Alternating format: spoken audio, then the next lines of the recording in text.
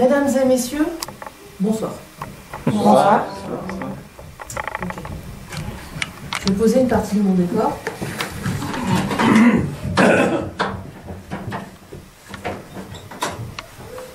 Et je ne vais pas poser ça, parce que ça c'est une partie de moi. C'est moi.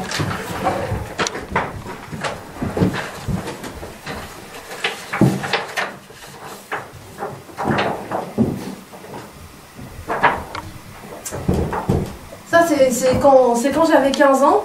Je ne sais pas si vous voyez, en fait, c'est ma tête et mes dents. En fait, c'est un profil de mon crâne. Profil. Voilà. Je me suis rendu compte, en fait, je ne me souvenais plus, mais à 15 ans, je portais un appareil dentaire. Et en fait, quand on fait une radio, en fait, on voit les fils et les bagues sur l'appareil dentaire, en fait. Un autre truc de moi.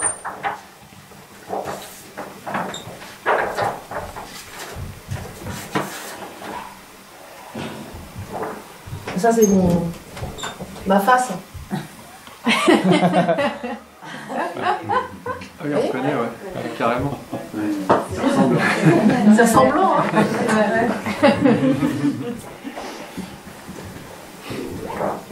Ça aussi, c'est moi. C'est des multi-mois, ça. C'est plein de mois. Je ne sais pas trop, en fait, dans quel sens ça se prend. Ça doit être comme ça. C'est mon cerveau. Parce que moi, c'est mon cerveau.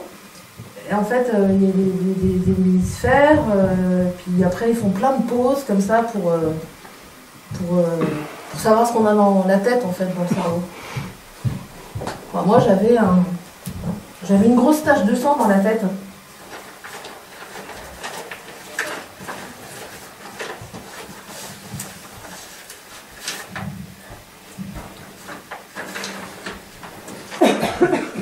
Parce qu'à 15 ans et demi, mesdames et messieurs, j'ai donc été installée en décubitus latéral gauche, avec mise en place d'une ponction lombaire, rasage à minima. J'ai subi une incision cutanée arciforme temporale droite, le scalp est récliné. J'ai la taille d'un trou de trépan qui confirme l'hématome extradural, l'HED, et permet son évacuation partielle. Taille secondaire d'un volet temporal droit qui va permettre d'évacuer totalement l'hématome extradural, HED.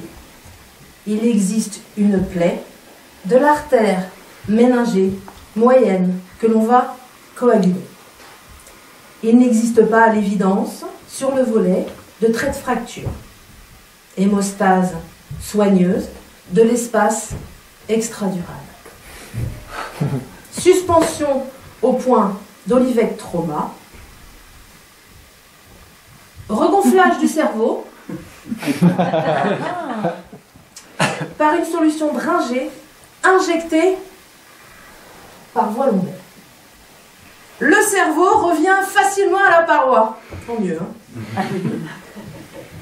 Remise en place du volet osseux sur un point de suspension centrale, suture du muscle temporal, fermeture cutanée en 2 plans par un surjet sur un drain de redon aspiratif.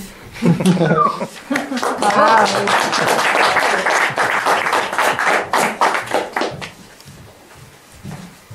Ça, c'est quand j'avais 15 ans. Quand j'avais 15 ans, le 26 août 1990, à 16h30, je fais une chute de cheval. Je tombe au galop. Je ne me rappelle plus pourquoi je suis tombée. On suppose que j'ai perdu le pied de mon étrier droit et je suis tombée et boum, ma tête, pas de bol, un gros caillou, paf, hématome extradural, HED. J'arrive aux urgences. Ils me font donc toutes les radios, je présente rien, ça se voit pas trop, enfin ça se voit pas du tout d'ailleurs, hein, ça va, je communique un petit peu, puis à un moment donné, vers 22 heures, mon état se détériore grave. Je vomis, je tombe dans le coma stade 1, je fais des crises d'épilepsie, j'ai les yeux qui partent à la renverse, là du coup on fait le scanner, c'est le truc que je vous ai montré, et là ça devient urgent, il faut m'opérer. Il faut tirer, enlever le sang qui est dans ma tête. On m'ouvre, j'ai 42 points de suture sur le côté, on enlève le sang, ça marche, hein, sinon je ne serais pas là-dedans. Enfin, j'ai peut-être encore quelques petits trucs qui n'ont pas été regonflés en fait dans le cerveau. Mais je suis là devant vous et voilà. Et l'opération est assez longue, hein, c'est une grosse opération et le chirurgien sort de la salle d'opération et dit à ma mère, écoutez madame, on a fait ce qu'on a pu, on a enlevé le sang, l'hématome extradural, maintenant, que va devenir Laetitia? On ne sait pas, on n'en sait rien, on verra bien. Bon. Bah, je suis devenue ce que je suis devenue. Et alors cet épisode-là de ma vie, ça a duré 3 mois. Mais 3 mois où je ne me rappelle pas ma vie. C'est drôle comme sensation de ne pas se rappeler de sa vie. C'est une amnésie partielle. Alors j'ai des bouts de trucs qui me reviennent comme ça. Je me rappelle avoir un jour, ça dure 2 secondes. Le moment a été beaucoup plus long dans la réalité, dans ce qu'on m'a raconté. Je me rappelle un jour, on me fait la toilette et je me rappelle un jour écrire sur le tableau je m'appelle Laetitia de Guis et je suis pas folle. Ça c'est un flash que j'ai. Je me rappelle après la réanimation avoir été attachée sur un lit d'hôpital et ça me démangeait. Je me rappelle avoir tout arraché. J'ai tout arraché. Après j'ai doublement rattaché parce que ça déconne pas en réanimation. Et puis ça a duré 3 mois. Et puis, il y a un toubib, un interne, qui avait un peu plus de temps que les autres de m'accorder du temps, qui en fait a émis l'hypothèse, c'était en 1990, il n'y avait pas les recherches encore sur le cerveau, qui a émis l'hypothèse que peut-être il fallait que je repasse par toutes les étapes de mon enfance dans ma tête pour retrouver l'âge que j'avais, c'est-à-dire 15 ans et demi. Alors, j'ai reçu ces mots pouces. Je me suis blottie dans les bras de ma maman. J'avais pas de filtre non plus. Les enfants, ils n'ont pas forcément des filtres. Hein. Ils disent ce qu'ils pensent. Hein. J'ai insulté une infirmière qui était un peu grosse, enfin qui était voilà, et je l'ai traitée de grosse vache. Bon voilà, j'avais pas trop les codes sociaux. On m'a raconté aussi, j'étais dans un service de centre de rééducation, que j'avais pris le fauteuil roulant de ma copine Joanne qui était à côté de moi, et j'avais pris le fauteuil roulant et je prenais le fauteuil roulant et je faisais tout le tour du service comme ça, et les soignants, walou pour me rattraper. Hein. Je me rappelle aussi, je prenais l'ascenseur. C'est un truc, je prenais l'ascenseur, je m'amusais à prendre l'ascenseur. J'étais au 2e. En centre de rééducation, je montais au 2e, je m'arrêtais au 1er. L'ascenseur n'était jamais disponible quand je prenais l'ascenseur. C'était que pour moi. Et ma mère, elle flippait d'un seul truc, c'était que l'ascenseur bloque et que je reste coincée dedans. Et puis, cet interne, en fait, a émis l'hypothèse, donc il fallait que je repasse par tous ces épisodes de ma vie. Et puis 3 mois après, on est dans le salon des familles. On est au mois de novembre. J'ai un short violet. Et je suis comme ça. Et on regarde des chiffres et des lettres à la télé. Et je regarde mon short. Je regarde ma mère qui est derrière moi. Je lui dis, mais tu m'expliques pourquoi je suis en short Je suis où là? Et là, ma mère, à ce moment-là, elle a su que c'était gagné. Elle a su que j'étais revenue. La manière de la regarder. Mes yeux, ils partaient plus à la renverse, je disais plus n'importe quoi. C'est bon, j'avais réintégré tous les codes. J'allais revivre. J'allais passer une deuxième vie. J'allais continuer à vivre.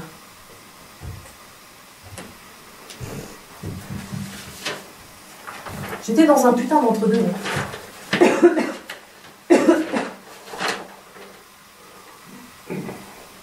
l'entre-deux un peu fatal, existentiel, qui est celui d'un entre-deux entre la vie et la mort. La vie, la mort, moi j'ai choisi la vie, ou mon cerveau a choisi la vie, enfin j'en sais rien, je sais pas. Et c'est de ça dont je voudrais vous parler dans ma conf. Alors là, je vais faire un truc qu'on ne fait pas normalement en théâtre. On s'en fout. Là-bas, les conventions de théâtre. Je vais faire une installation de mon décor à vue. En théâtre, il y a 3 types d'installations. Le décor à vue, le décor précipité, le décor au noir. Je choisis de faire une installation à vue, donc de vous montrer.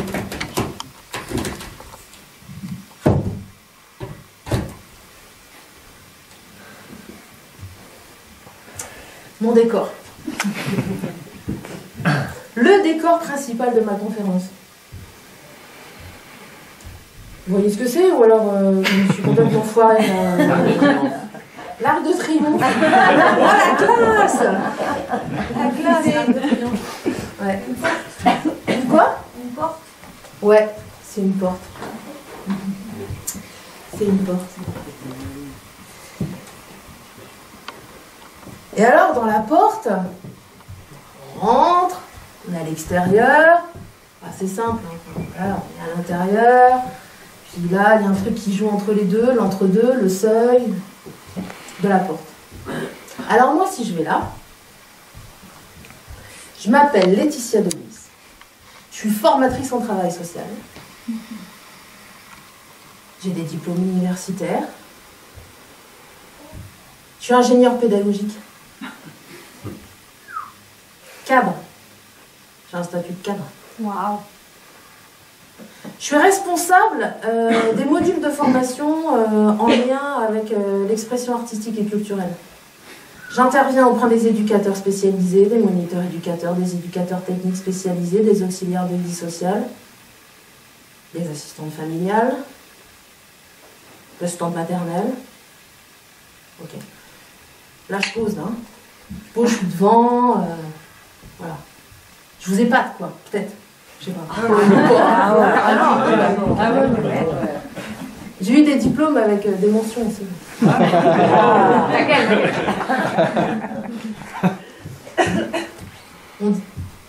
Mon dernier diplôme, c'est mention très bien. Wow.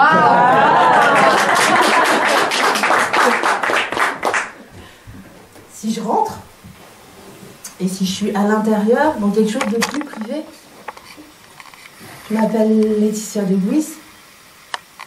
J'ai 2 enfants, un garçon et une fille. Je vis en couple. Je suis pas mariée, j'ai pas envie de me marier. Je suis pas axée. Je fais du théâtre. Je fais partie d'une troupe de théâtre. J'adore le théâtre. Et je fais du clown aussi. Tout ça en amateur. J'adore danser, j'adore chanter. Et dans mon travail, quand je fais des cours aux étudiants, je suis pas du tout à l'aise de faire des cours en amphi devant 130 étudiants, ça me fait super flipper. Je transpire partout, je vais 3 fois aux toilettes avant d'aller en amphi, enfin c'est l'horreur quoi.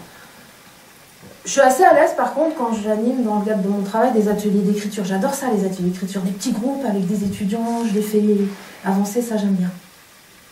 Ça j'aime bien. Je suis dedans. Si je me mets là, je m'appelle Laetitia Deguis.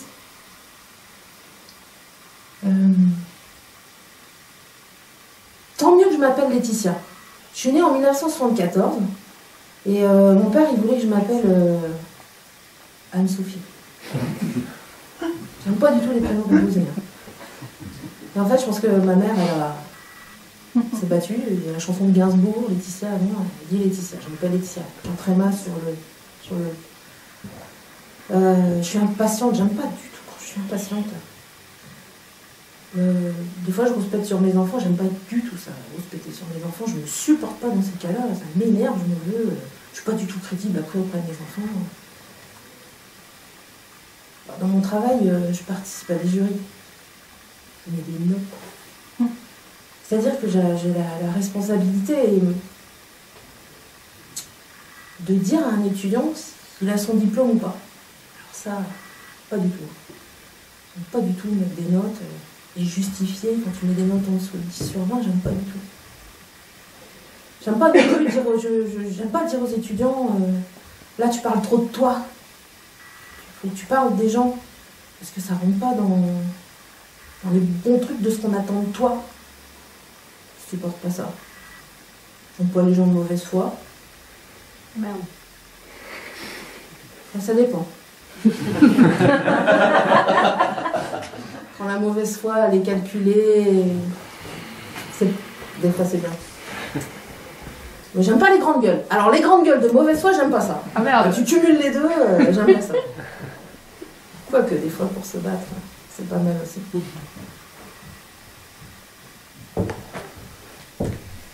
Il se passe pas du tout la même chose. Qu'on soit là ou qu'on soit là, il se passe pas la même chose. Et moi, ce qui m'intéresse avec vous, c'est ce qui peut bien se passer là. Sur le seuil, là, au milieu, quand on n'est pas attendu d'être là, ni d'être là, mais qu'on est là. Ouvrez la porte.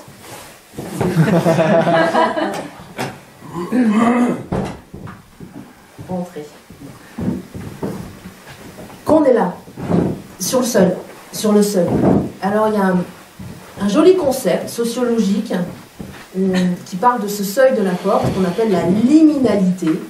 Les sociologues ont inventé ça pour parler des personnes en situation de handicap, en disant les personnes en situation de handicap, hein, ils sont jamais complètement dans la société, ils sont jamais complètement entre eux, et comme ils sont pas complètement dedans et pas complètement dedans, on y va à fond sur l'inclusion. Il faut inclure en fait. Mais en fait, ils ne sont pas complètement inclus, ils sont parfois toujours sur le seuil, et des fois c'est bien aussi. Hein. Donc ça s'appelle la liminalité. C'est ça, moi, qui m'intéresse. Hein. C'est cet entre-deux-là, parce que plus on nous ramène quelque chose d'un modèle dominant normatif, c'est-à-dire ici, ton poil bois, quoi, ton statut social et tout, voilà, plus il faut qu'on agisse là et il faut qu'on se situe là. Parce que ça, c'est pas du tout rationnel, hein, cette histoire de l'entre-deux. Alors moi, je l'ai appelé le sensible. Le sensible aussi, ça a été beaucoup pensé en sciences sociales par un monsieur qui s'appelle René Barbier. Moi, en tous les cas, ce que j'entends par le sensible, ça fait référence alors aux émotions, c'est évident, aux émotions, aux affects, aux inclinations, enfin à quelque chose qui est difficilement rationnel et contrôlable, et c'est bien pour ça que c'est emmerdant en fait pour ceux qui veulent nous faire aller que devant en fait. Hein. C'est que c'est pas contrôlable, c'est le sensible. Et le sensible, c'est plein de poésie et plein de douceur. Et il n'y a pas très longtemps, je lisais le dernier bouquin d'Edgar Morin, 97 ans, dans Les souvenirs viennent à ma rencontre, dans lequel il dit pour avoir un retour à soi, il faut avoir un retour poétique au monde. Voilà. Donc pour moi, il y a plein de poésie là-dedans, plein de luttes et plein de combats. Et c'est ce dont je vais vous parler dans ma conférence. Je déplace ma porte, changement de décor à vue. Je le mets à court. Ça c'est court. Ça c'est jardin. Tout le monde sait comment on sait quand on est sur un plateau, c'est quoi le cours et le jardin ou Non. Non, ça savez pas? Ah ok, je vais prendre quelque chose. Court. Quand on est sur le plateau, court c'est le côté... Oh, en même temps c'est très con, enfin je vais apprendre un truc, c'est très con. Hein. Quand on est sur scène, le côté court c'est le côté cœur. Court, cœur, ok? D'accord, c'est le côté cœur à gauche, et le côté jardin c'est à droite. Ah mais vous là, quand vous êtes dans le public, vous dites bah attends, moi, ma droite c'est sa gauche c'est sa droite, donc ils ont pensé à un autre truc, ils ont pensé au JC. Si je vous dis JC, c'est quoi qui vous vient comme... Jésus-Christ. Jeunesse communiste. Jeunesse communiste. Excellent. Jeunesse communiste. Jésus-Christ, jeunesse communiste, Jules César, qu'est-ce qu'on pourrait trouver d'autre comme JC? Jacques Cartier. Jacques Cartier. Jacques Chirac. Ah, j'y avais même pas pensé. Ah, parce qu'il y a jeunesse communiste, alors il faut faire le pendant, merde. Merde. Jacques Cartier, Jacques Chirac, ouais. Et en fait, le court jardin, Le JC, Jésus-Christ, Jacques Cartier, comme vous voulez, en fait, c'est quand on est... donc ça non plus, ça se fait pas au théâtre, je vais vous montrer le dos comme ça, c'est quand vous êtes là, Jésus, Jacques, jeunesse communiste, à gauche, là, parce que la jeunesse, elle est à gauche, et le Christ, elle est à droite. Excellent. Bon voilà, donc mon décor il est mis à court, très bien, je sais bien qu'il est à court, il est de ce côté-là. Je suis donc formatrice en travail social. Et depuis quelques années, dans mon boulot, on dit ingénieur de formation, ingénieur pédagogique, cadre pédagogique. Okay. Et alors, j'ai fait un peu une recherche, parce que du coup, j'étais un peu crispée dans certaines réunions, où on entendait des mots que je connaissais pas trop, alors en plus, je suis pas une fortiche en anglais, donc je me dis, mais c'est bizarre, tous ces mots qui arrivent, et j'ai fait un peu un listing de tous les mots qui arrivaient en travail social, dans la formation, et j'ai fait référence à un type qui s'appelle Raymond Curie, et qui est un sociologue qui est de Bordeaux, et qui dit que le travail social et la formation, en fait, on parle quasiment plus de travail social, aujourd'hui on parle de l'intervention sociale, et il dit que c'est accolé à toute une histoire de la mise en place des politiques libérales depuis les années, depuis longtemps. Et alors, en faisant mon petit listing, je prends mon cahier parce que je ne connais pas tout. En fait, la novlangue dans mon centre de formation qui est arrivée de manière insidieuse. Hein, quand les trucs ils nous tombent sur la gueule, ils nous tombent sur la gueule, on a l'impression que ça tombe. Mais en fait, c'est là, c'est bien là, depuis longtemps, puis d'un coup, ça explose. Alors, moi, dans mon boulot, on parle... donc, je suis formatrice en travail social. Hein, travail social, on est dans la relation d'aide, hein, ok ? Alors, moi, dans mon boulot, on fait du benchmark. Et ouais. Benchmark, si j'ai bien compris, c'est l'idée d'aller voir comment les autres y font pour savoir ce qu'ils font bien pour qu'on se le fasse à nous. Ouais, c'est vrai que j'ai pas super bien expliqué, mais j'ai pas super bien non plus compris. Je me dis en fait le concept il est super compliqué, mais il doit être super simple. C'est en fait l'idée, par exemple, nous on va mettre en place je vais essayer d'être plus clair. On va mettre en place un nouveau système d'information et de gestion pour vérifier les process organisationnels.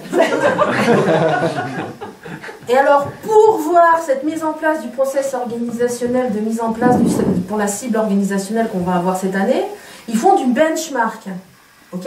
C'est-à-dire qu'ils vont aller voir, je ne sais pas qui ils d'ailleurs, peut-être nous, je ne sais pas, ils vont aller voir dans d'autres centres de formation ce qu'ils font pour la mise en place du système d'information. Ils vont se dire, ah bah par exemple, à l'IRTS, l'Institut Régional du Travail Social à Paris, ils font un truc qui est vachement bien, puis à Ascoria, à Rennes, ils font un truc qui est vachement bien, mais qui est moins bien, parce que du coup ça permet de moins contrôler ce qu'ils font les formateurs, donc ça c'est pas bien, si on ne contrôle pas leurs tâches, ça va pas. Donc on va aller plutôt s'inspirer d'un truc à Bordeaux. Enfin, en fait, ils font des études comparatives. Enfin, des gens, benchmark, non ?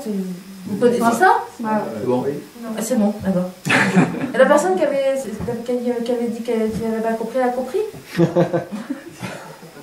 L'espionnage. Ouais, péter la question. L'espionnage pédagogique. L'espionnage pédagogique. Alors on parle de benchmark, alors on parle de process d'outils organisationnels, je vous l'ai dit. Alors de mind mapping. Alors on a eu une formation obligatoire encore de formateur de mind mapping. Alors une journée, 8 heures. De mind mapping. Déjà, c'est super dur à dire. C'est vachement bien comme exercice de diction au théâtre, mind mapping. Mind mapping, mind, l'esprit, mapping, map, la carte, je crois que ça veut dire en anglais. En fait, c'est un truc qui consiste à t'écrire sur une feuille un thème et tu mets plein de trucs autour. C'est ça, hein, tu fais une bulle ou un carré, ou une fleur, ou un point levé, je sais pas, ce que tu veux en fait, et tu mets plein de trucs à côté. Voilà, c'est ça, 8 heures. 8 heures de mind mapping. J'ai essayé de le faire auprès de mes étudiants et je n'arrive pas à m'approprier cette méthode-là pédagogique, donc je n'arrive pas à la faire passer auprès des étudiants avec qui j'interviens. Alors, chez nous, on a des pilotes de projet. Hein. Des pilotes. Les pilotes, le mot pilote, c'est un truc de dingue. Ils pilotent des projets, ils sont pilotes d'action, tous des pilotes. Et il y a la montée en compétences. Alors ça, c'est un truc aussi. On a certains de nos collègues formateurs qui ont une mission particulière, pardon, et en fait, ils n'ont pas eu le choix en fait, que d'accepter cette mission. Ils n'étaient pas en CDI comme moi je le suis, donc ils difficilement dire non. Et donc, du coup, ça a été justifié dans les réponses aux délégués du personnel par une montée en compétences de ces gens-là. Tu montes en compétences. Monte en compétences, positionnement professionnel, feuille de route. On doit avoir une feuille de route quand on est formateur, les appels à projets, les procédures, la cartographie, les plans de communication, community manager. Un truc. Non, pas un truc. Un collègue. Un collègue qui est arrivé qui fait du community manager. C'est-à-dire qu'en gros, il passe sa journée à être. Sur les réseaux sociaux c'est une jeune personne qui a une vingtaine d'années et qui est là et qui passe sa journée sur Facebook, Instagram, tous les réseaux sociaux et LinkedIn.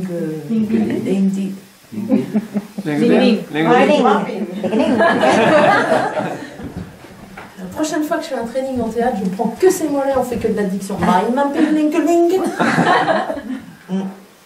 Community manager. Et un truc chez nous aussi qui est arrivé depuis quelques temps, c'est on fait un doodle. Ouais. J'ai entendu parler de ça, on fait un doodle.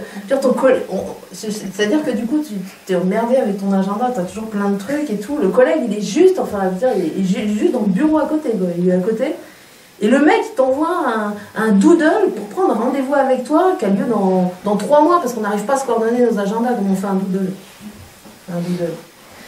Un doodle et voilà je parlais du système d'information et nous on doit trouver en fait on est une équipe super compétente et on doit trouver une solution progicielle. Progicielle, on doit avoir un logiciel. J'ai demandé ce que c'était pas plus tard que la semaine dernière, j'ai demandé ce que c'était un logiciel progiciel.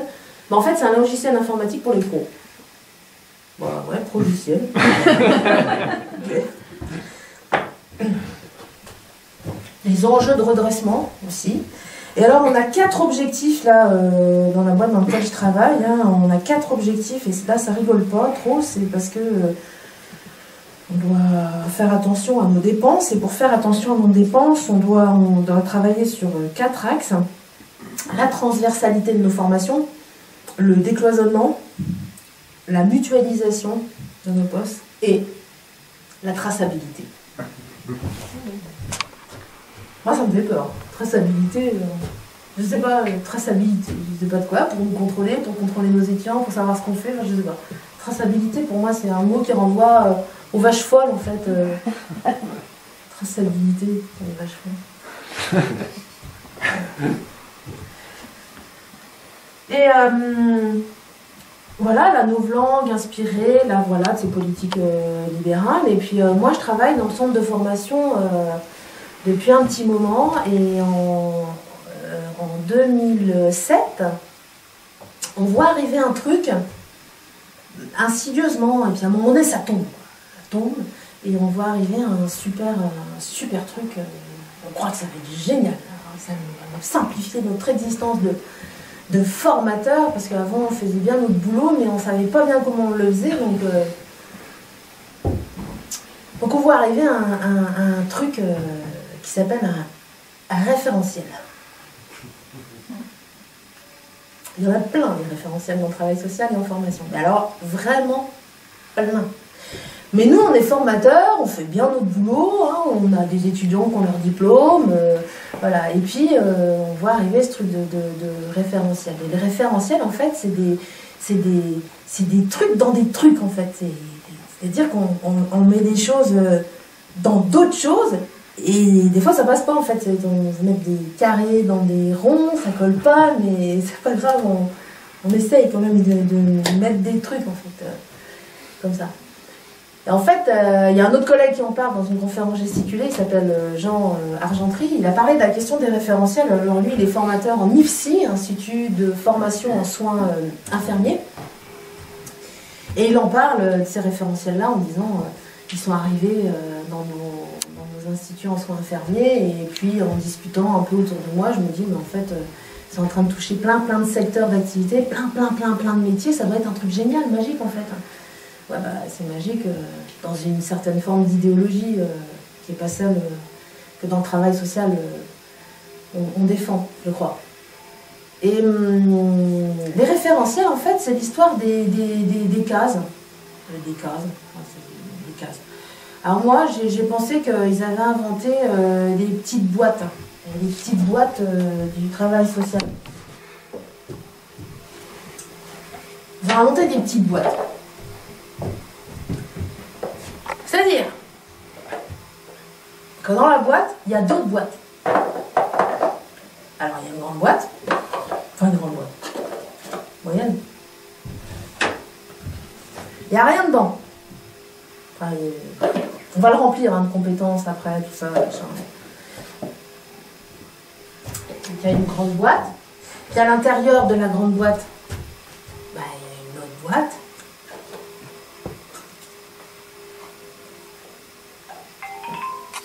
Il n'y a rien dedans.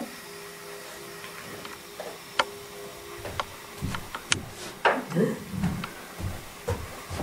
À l'intérieur de cette moyenne boîte, il y a une autre moyenne boîte.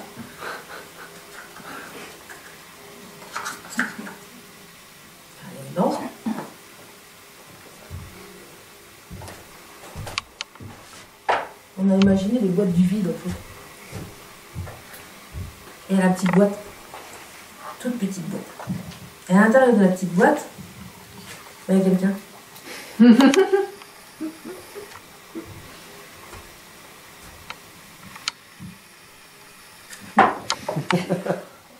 Et le moment elle sort.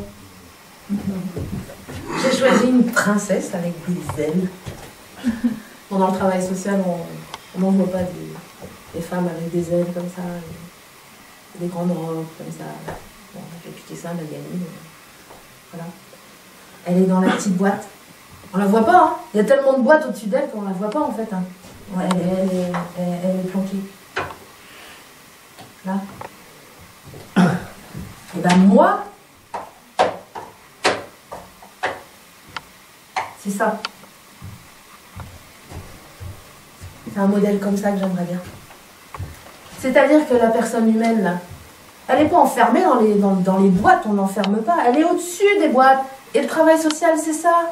Le travail social, c'est ça, c'est de l'être humain. Et les référentiels qui nous ont pondus, ben, c'est pas du tout de l'humain, en fait. Parce que les référentiels, si on introduit de la dimension humaine, mais c'est super flippant, en fait, parce que l'humain, il est incontrôlable, il est complexe. Il est bazardique. On ne sait pas des fois où le mettre. Alors les personnes accompagnées, les usagers, on les appelle les usagers. Enfin non, maintenant on les appelle plus les usagers parce que c'était le bazar. Donc du coup le législateur il a dit on appelle ça les personnes concernées. Non accompagnées, je sais plus, un des deux, pas concernées, accompagnées. On peut encore moins les contrôler les personnes qui sont bénéficiaires de l'action sociale. Elles sont tellement des fois en marge de ce qu'on attend d'elles que c'est encore plus le bazar quoi. Et ce que moi j'imagine, c'est que l'être humain, il est quand même largement au-dessus. Le métier du travail social, c'est un métier de la relation. Enfin, je crois. Même si le métier de la relation, même si dans les référentiels, les travailleurs sociaux aujourd'hui doivent être un technicien de la relation. Ouais. La relation, ça vient de la technique. Et ils doivent apprendre des techniques pour rentrer en relation. Ils entrent en relation. Quand tu rencontres quelqu'un que tu ne connais pas, tu rentres en relation. Et alors les référentiels, c'est ça. Alors, j'ai choisi le référentiel du diplôme sur lequel j'interviens, qui est une formation, qui est la formation de moniteur éducateur. C'est un diplôme en 2 ans, c'est un diplôme qu'on appelle un infrabac. Je crois c'est-à-dire qu'à la sortie du diplôme, ils ont un niveau bac. Et il nous a simplifié la vie, hein, le gars qui a pensé ça, enfin les gars qui ont pensé ça, ou les filles, enfin la commission, machin, qui a pensé ça, en fait, ils ont fait un guide. C'est-à-dire qu'il y a tout dedans. Vous voyez bien comment il est un peu abîmé le truc, hein, d'ailleurs. Parce qu'on l'ouvre, je l'ouvre 3 fois par jour. Hein. Si ça fait longtemps que je travaille avec, je l'ouvre 3 fois par jour. Et vous allez comprendre pourquoi je l'ouvre 3 fois par jour. Parce qu'en fait, c'est très complet. Donc, dans ce petit guide, il y a donc un référentiel professionnel, un référentiel du contexte d'intervention, un référentiel des fonctions, un référentiel des activités, un référentiel des domaines de compétences, un référentiel des indicateurs de compétences, un référentiel de certification. Il y a donc 4 domaines de compétences avec 12 sous-compétences parmi ces compétences. Et donc dans les compétences avec des sous-compétences, il y a des indicateurs de compétences. Ok ? Donc c'est-à-dire qu'il y a une compétence et on doit savoir comment on évalue le stagiaire à entrer en relation, par exemple. Entrer en relation, les indicateurs de compétences, ça va être réguler son implication personnelle, être à la bonne distance, pas trop près, pas trop loin. Voilà, donc, et là, pour moniteur éducateur, il y a 50 indicateurs de compétences. Et après, il y a des référentiels le référentiel de certification, où on reprend les compétences. On coupe comme ça tout le temps. Je suis responsable, je coordonne le domaine de compétences numéro 2. 1, 2, 3, 4. Le domaine de compétences numéro 2, il s'intitule, pour nos moniteurs éducateurs, Participation à l'élaboration et à la conduite du projet éducatif spécialisé. C'est The compétences. Sous-compétences, observer, rendre compte et contribuer à l'évaluation des situations éducatives. Ça, c'est la 2.1. La 2.2, participer à la mise en œuvre d'un projet éducatif. La 2.1.1.1. Savoir collecter des données, des observations, savoir formaliser, restituer les éléments recueillis, savoir évaluer ses actions dans le cadre du projet éducatif, savoir réajuster son action en fonction de cette évaluation, savoir faire des propositions pour l'élaboration d'un projet collectif. Compétence 2, savoir mettre en œuvre des activités dans le projet éducatif, savoir prendre en compte les ressources, projets, réseaux internes et externes de l'institution, savoir prendre en compte la place et le rôle des familles, savoir anticiper les difficultés, ajuster et réguler ses actions. Compétence numéro 1, accompagnement social et éducatif, instaurer une relation par la fait de savoir prendre en compte la situation de la personne et du groupe, savoir observer les attitudes et comportements des usagers, savoir développer une écoute attentive et créer du lien, savoir identifier et réguler son implication personnelle. Il doit aussi aider à la construction de l'identité et au développement de ses capacités parce qu'il sait repérer et mobiliser les potentialités de la personne et du groupe. Il sait repérer, respecter les déficiences, les incapacités, les handicaps et les facteurs qui font obstacle au parcours individuel des personnes. Mais il sait aussi proposer, mettre en œuvre des activités susceptibles de permettre la progression de la personne, aider dans le respect de ses droits et de ses aspirations. Il sait s'interroger et interroger les dimensions éthiques et déontologiques impliquées dans les pratiques. Il sait favoriser l'expression. Il sait aussi assurer une fonction de regard d'étayage dans une démarche éthique, puisqu'il sait favoriser l'apprentissage des règles et de la vie collective, il sait utiliser les techniques de gestion de conflit, il sait se positionner auprès de la personne aidée en tant qu'adulte de référence. C'est pas fini, il sait animer la vie quotidienne au sein du service et de l'établissement, il sait utiliser les actes de la vie quotidienne et de la vie collective comme support d'apprentissage, il sait repérer l'impression d'équipe, les indices inquiétants concernant la santé de la mise en place des personnes confiées, il sait prévenir et repérer les situations d'alternance. Il sait inscrire la vie quotidienne de l'individu dans une dimension citoyenne. Et enfin, il sait concevoir et mener des activités de groupe en sachant inventer et organiser des activités dans une idée socio-éducative. Il sait analyser les besoins des personnes et les contraintes des activités. Il sait élaborer le budget, il sait ça respecter, ça cadre juridique des activités.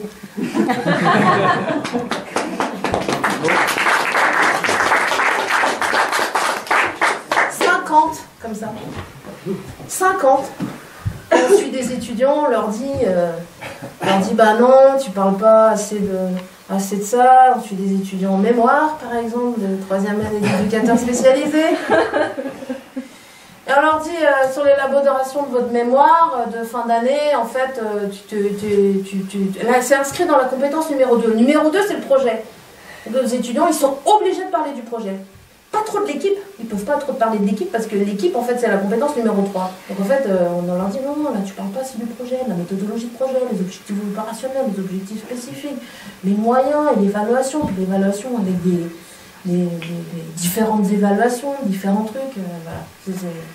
C'est une partie de mon travail, ça. C'est avec quoi je suis pas toujours très à l'aise. Et qui fait que quand nos étudiants ils sont pas dans les bonnes compétences, bah, on met des notes en dessous de la moyenne. Ça, j'aime pas du tout dans mon travail. Mais je le fais. Je le fais parce qu'il y a l'entre-deux. Il y a le milieu. Et alors, quand les référentiels sont tombés, je me suis dit, là, Laetitia, avant de faire un gros burn-out, un épuisement professionnel de ouf, parce que tu vas pas du tout t'y retrouver, il faut que tu pleures.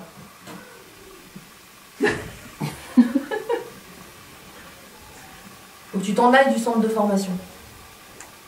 Allez voir si ça, bah, comment le réel, la vraie vie des gens, en fait, comment ça marchait, en fait, la relation, est-ce qu'on pouvait la compartimenter comme ça, voilà. Et donc, j'ai travaillé pendant 2 ans avec mon employeur qui a accepté une mise à disposition sur un autre service.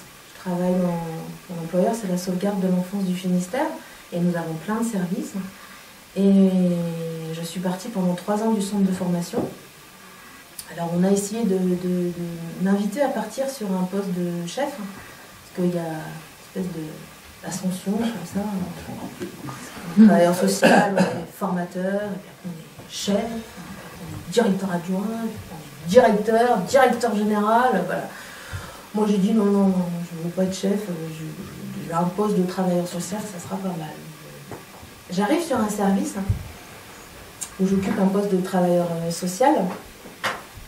J'arrive sur un service qu'on appelle un service d'AEMO. Alors, on est bien aussi en travail social pour les sigles, on peut dire, parce que c'est le sigle d'AEMO, pour ceux qui ne connaissent pas, assistance éducative en milieu ouvert. C'est une mesure décidée par le magistrat, le juge des enfants, qui considère, à ce moment précis de la situation, il faudrait peut-être quand même mieux une petite intervention un peu éducative là, pour éviter de demander tout de suite les enfants et les retirer de leur famille. Donc il y a des éducateurs, des travailleurs sociaux qui interviennent à domicile. Moi j'arrive dans le service, je ne me la ramène pas trop, je ne me ramène pas du tout d'ailleurs. Pas éducatrice spécialisée, en plus je suis animatrice socioculturelle des unités de l'éducation populaire. Vas-y, assis-toi. Donc moi j'arrive doucement dans ce service-là et ça fait 15 jours que je suis arrivée sur le service et j'interviens, parce qu'on parle comme ça, j'arrive au domicile d'une famille. Il y a 6 enfants. Monsieur et madame sont séparés. Je prends connaissance du dossier avant d'arriver dans cette famille-là, chez cette maman-là. Le dossier, il est comme ça. C'est-à-dire que du coup, c'est une famille dans le secteur dans lequel on habite qui est connue depuis longtemps par les services sociaux. Dès que tu prononces le prénom d'un des gamins, tout le monde a un savoir commun sur cette famille-là. Je prends connaissance du dossier et je me dis ok, bienvenue au milieu ouvert. Voilà. J'arrive. Première visite chez madame. Donc il y a 6 enfants mineurs. Madame, monsieur a eu des enfants avant, qui ont été même suivis par les services sociaux. Madame a aussi des enfants, suivis aussi par les services sociaux. Et là, il y a 6 mineurs au domicile chez madame. Le papa ne peut pas les voir. Les 3 garçons, c'est une fratrie de 6, il y a 3 garçons. Les 3 garçons ont été placés en foyer éducatif pendant 7 ou 8 ans. Ils ont subi de la maltraitance physique de la part du père. Donc j'arrive, ça fait 15 jours. Je suis timide, mais j'ai en tête quand même que ça va. Je ne suis pas une jeune professionnelle, ça fait quelques années que j'enseigne en travail social, voilà. Je sors à la porte, la visite va durer 1h30. Et alors 1h30, je sonne à la porte et... Putain, c'est la nouvelle éducatrice. Putain, les éducateurs spécialisés, de toute façon, ils servent qu'à sucer des bites dans les bois. Putain, l'autre pute, elle est venue avec la bagnole blanche. Forcément, c'est une Clio blanche et un service de travailleurs sociaux. Voilà. Et on m'ouvre la porte. J'arrive, voilà. Et en fait, la première image que j'ai dans cette famille-là, c'est blindé de rouge. C'est blindé de rouge. Partout, c'est rouge.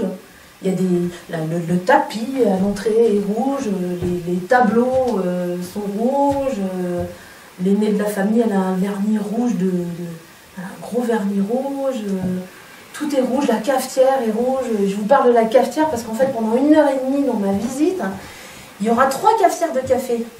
Je fais la visite, il est 6h de l'après-midi, moi j'ai un code qui est le mien, mais enfin peut-être un code, je me dis bah en fait 6h, 6h30, on mange vers 7h30, 8h, bah, on arrête de boire du café, enfin surtout que la plus petite elle avait 10 ans, bah non ça se passe pas du tout comme ça en fait. 3 cafetières de café, elles vont être bues, et moi je vais être obligée d'en boire. C'est le code pour rentrer dans cette famille-là. Je bois du café, je sais pas où me foutre pendant cette visite-là. Je sais pas si je dois m'asseoir autour de la table, parce qu'en fait, ça vit beaucoup en fait dans cette famille-là. Ça bouge, ça crie, ça s'insulte. Madame n'est pas là. Les gamins, ils font vivre cette maison, ils s'engueulent.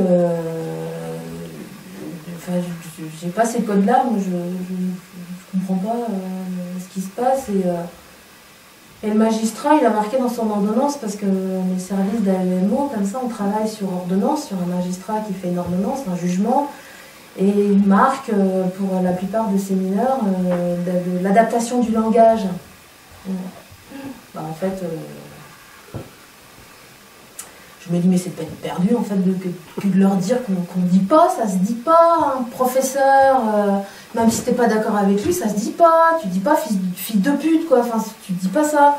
Moi, je me dis, mais on a 10 000 lieues de ça, moi je vais arriver avec mes cases, avec mon mode de lecture, comme ça, je vais imposer ça, et qui je suis au final, pour dire soit... Voilà, je suis mandatée par le magistrat, enfin, le service dans lequel je travaille est mandaté par le magistrat, mais moi j'arrive avec ce que je suis, et j'arrive avec ce que je suis, et pour moi, oui, on ne boit pas 3 cafetières de café, mais après tout, chacun fait ce qu'il veut quand il est chez lui, quoi. Et madame arrive quelques temps après, elle arrive du travail, madame travaille, et elle arrive très généreuse, elle arrive vers moi, elle est en rouge aussi. En fait, je dirais qu'après, c'est ma fratrie rouge, ma famille rouge. Je vais la qualifier de rouge. Madame, elle est en rouge, en fait, elle a un truc décolleté, c'est rouge. Elle a des leggings près du corps et ils sont rouges. C'est assez harmonieux, d'ailleurs, je trouve, moi qui aime bien les couleurs. Je trouve que ça lui va plutôt bien, elle est très généreuse et voilà. Bon, après le langage il est aussi celui après une journée de boulot en fait, quand on a ras le cul de ta journée de boulot, toi tu fais chier, t'as pas mis la table, enfin voilà, je sais toujours pas où foutre, à un moment donné il faut que je parte. Et je pars et ça fait donc 15 jours que je suis arrivée dans le service et je me dis mais ça va être balai l'application des référentiels. Parce que je sais pas si je suis entrée en relation dans cette famille-là. Je sais pas si j'ai eu assez de distance. J'ai certains de mes collègues qui disaient non mais ça va pas ou quoi, tu peux pas boire du café quand t'es chez les gens. Enfin du café ou de la tisane ou autre chose. Hein. Ça se fait pas quoi. Il faut une certaine distance, t'es professionnel. Ça, en fait, je sais pas. Je sais pas comment j'ai fait en fait. J'ai fait avec ce que je croyais être bon à ce moment-là.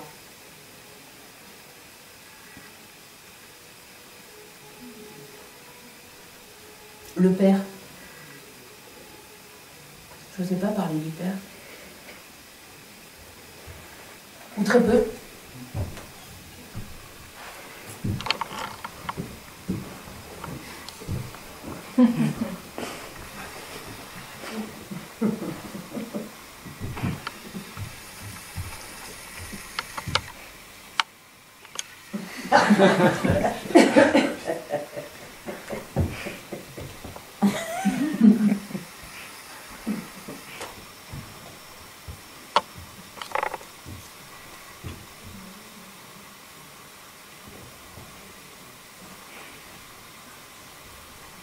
Le père, il avait des tiags. J'avais jamais vu des tiags comme ça. Sans déconner, moi. J'arrive dans son appartement, le premier truc que je vois, c'est les tiags qu'il a. Et il n'en avait pas qu'une seule paire, mais il en avait plein, des paires de 100 tiags. Et les tiags qu'il porte le jour où je le rencontre, du rouge. Ok. Ok, lui aussi, les rouges. Il avait des tiags, je t'assure. Et des tiags, mais elles faisaient 3 km de long. Devant, c'était bien en avant, tout ça, et il avait un petit truc qui montait, enfin, c'était hyper rock'n'roll, quoi. Il était tatoué de partout, Johnny Hallyday, dans son appartement, tout était Johnny Hallyday. Il y avait des posters de Johnny Hallyday, à l'époque, il n'était pas mort, hein, Johnny Hallyday. Donc, on faisait nos visites avec un petit fond de Johnny Hallyday. T'avais un peu intérêt de connaître un petit peu ce qui se passait. Il avait les mêmes tatouages que Johnny Hallyday, il y avait sur la table... il y avait du John Hallyday, Et en fait, lui, quand je suis arrivée chez lui, en fait, il était 10h30 du matin, j'avais la visite chez lui. En fait, lui, il m'a demandé si je voulais... On boit des coups, en fait, quand on est travailleur social. Mais pas que du café. Parce que lui, en fait, à 10h30, il m'a demandé si je voulais un whisky. Il a rajouté avec du coca. Voilà, j'ai pas pu. Il va faire de l'empathie avec les gens. Bon, 5 pas 5 cafetières, mais 5 mugs de café. Mais enfin, le whisky coca à 10h30, déjà, j'aime pas le whisky. Et à 10h30, j'aurais été bien fine de continuer mon boulot après. Mais, j'imagine le truc, tu prends la bagnole de service, t'es arrêté. Et alors, lui, il avait un vocabulaire aussi. Hein. Il avait du vocabulaire, monsieur, et il m'a appris des trucs. Bon, fallait pas trop rigoler, j'avais les grosses pétoches, hein, là, je le dis, j'avais les grosses pétoches, ce monsieur-là, il me faisait peur. Il avait été en maison d'arrest, on disait qu'il était un voyou. Moi, madame de Gouy, ça, je suis pas un délinquant, moi je suis un voyou. Il avait cogné sur ses femmes, sur ses enfants, j'avais des dossiers comme ça, et il me faisait peur. Mais quand on est travailleur social, bah, on fait avec ça, hein. Enfin, j'essaie de faire avec ça. Et un jour, il m'a appris un truc, il m'a dit, je parlais du fait qu'il avait tapé, enfin j'essayais de comprendre pourquoi il n'avait tapé que sur ses garçons. Enfin, c'est un peu... Pourquoi je m'embarquais ? C'est d'analyser un truc qui n'est pas analysable, enfin, qui est trop insupportable pour le comprendre peut-être. Bref, et là, il me fait une réponse, on était sur le canapé, et là, il se lève.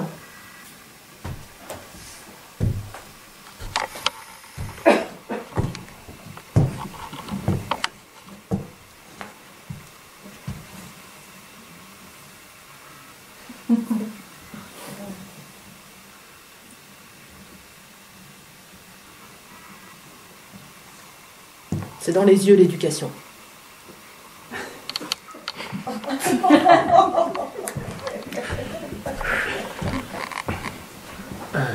Trop facile le truc. Dans les yeux l'éducation. Suffisait qu'il regarde pour que ces gamins ils comprennent qu'il allait vriller ce père de famille et qu'il allait leur cogner dessus. Non, c'est dans les yeux l'éducation. Il m'a appris des trucs comme ça. J'ai appris le mot poloche avec lui. Un jour il me dit, je lui disais qu'il n'était pas délinquant, qu'il était voyou. Il me dit, vous savez ce que c'est, madame de Gouy, la poloche? Bah, c'est la poloche, ça me fait penser à un truc, dialogue d'Audiard, un peu, tonton flingueur, tonton Raoul, poloche. Ah non, je sais pas ce que c'est, quoi. Alors là, il devenait super fier d'apprendre quelque chose, de m'apprendre quelque chose. En fait, la poloche, c'est quand t'as été en galère dans la rue, et que du coup tu es un peu obligé de te débrouiller, enfin voilà, elle connaît pas la vie quoi, elle connaît pas la vie, même l'égoïsme avec son look, elle connaît pas la vie. Voilà. La dernière fois que j'ai vu ce père de famille, c'était à l'audience, donc devant le magistrat, enfin dans le bureau du magistrat, juste des enfants. Donc le magistrat convoque à une audience pour savoir s'il continue la mesure, s'il l'arrête, s'il transforme la mesure en autre chose. C'est la dernière fois que j'ai vu ce monsieur-là. Et ça se passe dans le bureau du juge des enfants. On arrive chez le magistrat, moi je la boucle, hein, je ne la ramène pas chez le magistrat. Voilà, c'est le juge quand même. Voilà, et monsieur est le dernier à rentrer dans le bureau. Sur le côté, monsieur est le dernier à rentrer dans le bureau et il est tout seul, tous ses gamins sont avec moi et avec leur maman.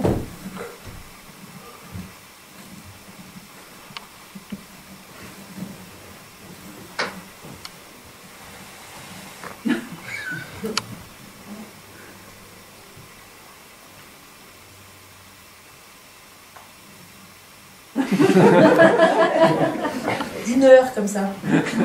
Une heure dans le bureau du juge. Et la juge, elle va lui dire quelque chose, elle n'a rien dit. Je me demande si la juge des enfants n'avait pas un petit peu peur de ce type-là. Peut-être. Alors moi, je suis sur ma chaise. Alors je ne sais vraiment pas comment me mettre non plus.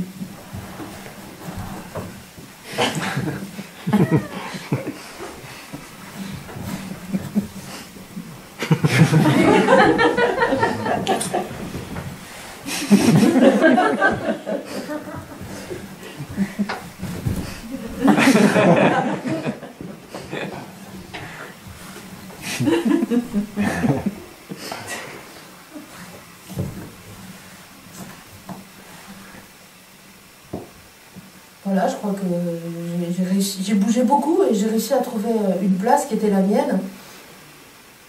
Et c'est pas toujours confortable en fait dans les places qu'on a, et surtout quand on fait avec ce qu'on est. J'ai fait comme j'ai pu là, et en n'étant aucune opposition, mais en prenant cette place-là. Alors je me suis peut-être gourée en fait, à dire que c'était une famille rouge. Je sais pas. Parce que moi j'ai passé la formation qui a été proposée aux cadres chez nous, encore plus cadres que nous, dans l'association dans laquelle je travaille, puisque l'année dernière il y a une formation qui a été proposée à nos cadres, N plus 1, N plus 2, N plus 36 000. Alors la formation s'appelle « Développer sa flexibilité relationnelle en couleur ». C'est pas des conneries, hein. Non mais c'est pas des conneries. Hein. Développer sa flexibilité relationnelle en couleur. Ok, je me suis gourée peut-être à qualifier cette maman rouge, cette fratrie rouge, ce papa rouge avec les tiags et les cafetières de café, parce qu'en fait, dans l'objectif de la formation, c'est donc identifier la couleur de communication et de celle de ses partenaires, adapter sa communication, son attitude à chaque style, résoudre les impasses relationnelles, reconnaître les attentes et les besoins de chaque style, couleur de communicant. Il y en a 4. Rouge, bleu, vert et jaune. Putain, un rouge dedans. Voilà, avec un programme, le test, la découverte de son style de communication, la découverte des autres styles de communication, l'adaptation pour entrer en relation avec chaque profil. Si on a des difficultés à bien communiquer, en fait, il faut adapter sa souplesse relationnelle. Voilà, c'est une formation pour développer sa flexibilité relationnelle en couleur. J'ai pas eu la formation. J'ai eu le mind mapping.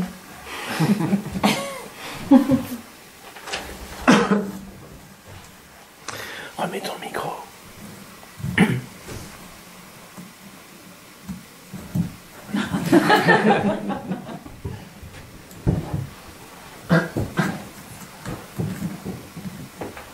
C'est bon? Ouais. Alors il y avait ce papa, il y avait ses couleurs.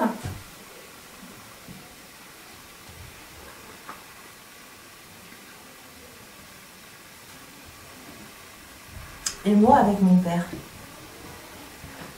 J'ai pas eu assez de temps pour savoir quelle couleur il avait mon papa. Non, j'ai pas eu assez de temps. Il est parti, il avait 41 ans. J'avais 8 ans et demi. Et j'ai pas eu le temps de le connaître, pas beaucoup. Et en fait, je me rappelle bien le jour où ça a démarré. On habitait dans une maison de campagne. Et j'étais dans la cuisine, en train de jouer, enfin, je sais pas, dans la pièce de vie en tous les cas. Et mon père devait préparer le repas du soir. Il devait faire une soupe ou un pot-au-feu. Enfin, je me rappelle, il devait aller chercher une grosse marmite dans la cave. Et en fait, il n'est jamais remonté de la cave. Je me rappelle entendre ma mère... c'est bien de remonter. Je me rappelle entendre ma mère s'inquiéter, de dire où est ton père, où est ton père.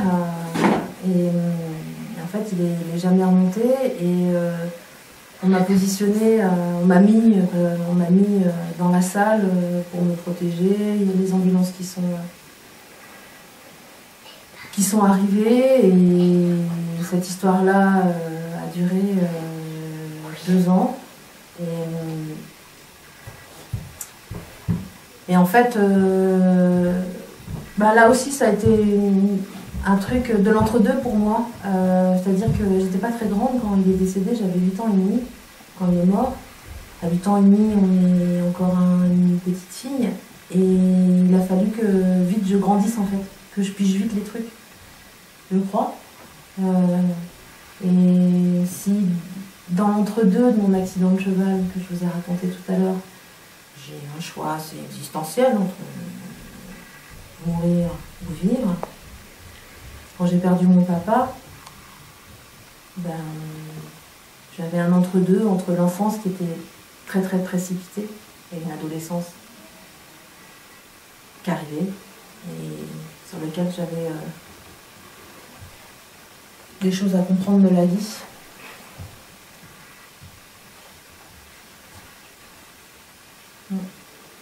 Histoire des couleurs.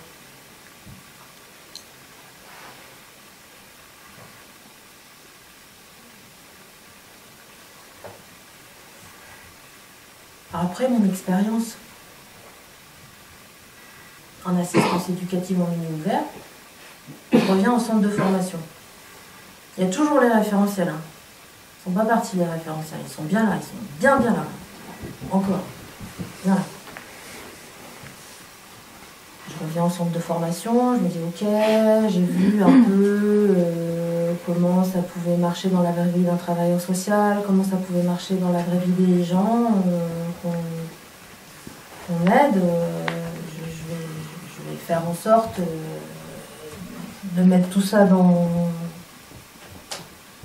ma tête, du bon côté. Des fois c'est un peu compliqué ce côté-là, mais du bon côté, je vais tout organiser comme ça.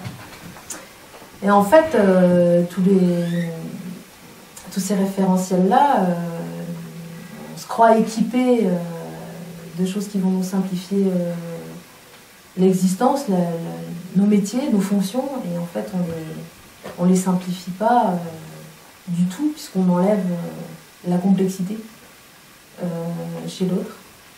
Et c'est un matin, je suis hyper speedée dans mon travail. J'ai une journée où il va falloir que j'assure un petit peu, il y a un colloque, enfin je suis un peu prise, voilà. Et je dois recevoir une étudiante pour un exercice qui consiste à valider si elle a compris où elle avait mis les pieds dans son stage. On appelle ça la validation du cadre juridique. Moi, je ne suis pas juriste du tout. Les étudiants peuvent me raconter n'importe quoi sur les lois. Je ne connais pas. Au bout d'un moment, je connais un peu, mais je veux dire, c'est pas ma compétence. Je suis pas juriste. Mais par contre, j'ai bien tous les trucs à côté. Elle dit ouais, la loi 2002, la loi de 2007, la loi de 2002 sur les personnes en situation de handicap, la loi de 2005 sur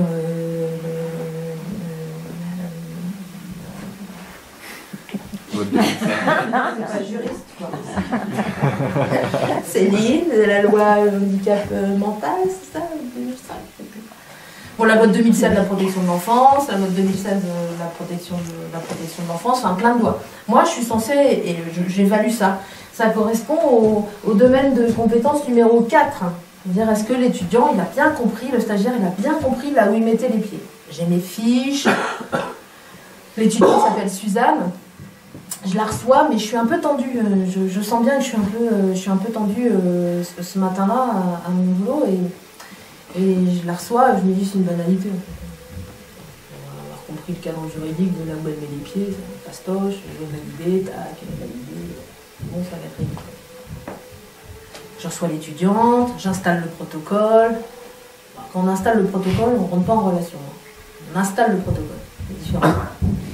Donc j'installe le protocole, j'explique en quoi ça va consister cet exercice. Elle le sait, on a envoyé un courrier avant, voilà, elle le sait. La stagiaire, l'étudiante est dans un foyer éducatif, mais MEX, maison d'enfants à caractère social, là où les enfants sont placés par le magistrat, ou des fois avec l'accord des parents. Parfois avec l'accord des parents. Et elle commence à me parler de son expérience. C'est une jeune femme qui vient de rentrer qui rentre en formation, elle a donc 19 ans à peu près, je crois, ouais, 19-20 ans. Et elle n'est pas très sûre d'elle, je remarque assez vite, elle a fait un effort, enfin je vois qu'elle a fait un effort pour être dans cet exercice-là, pour bien se présenter, elle est devant la porte. Elle joue son rôle, je joue le mien. Et elle m'explique, je pige, elle a compris là où elle avait mis les pieds, elle me sort toutes les lois, toute la problématique des gamins qui sont accueillis en maison d'enfants à caractère social. Elle m'explique. Ok, je valide. DC4, c'est le domaine de compétences, DC4, validé. Elle a cité toutes les lois, ok, je valide et tout ça. Et puis je questionne un peu. Je la questionne et elle me parle d'une situation qui pour elle a été insupportable d'un petit, moins de 6 ans, qui a été placé pour maltraitance sexuelle de la part de quelqu'un de sa famille.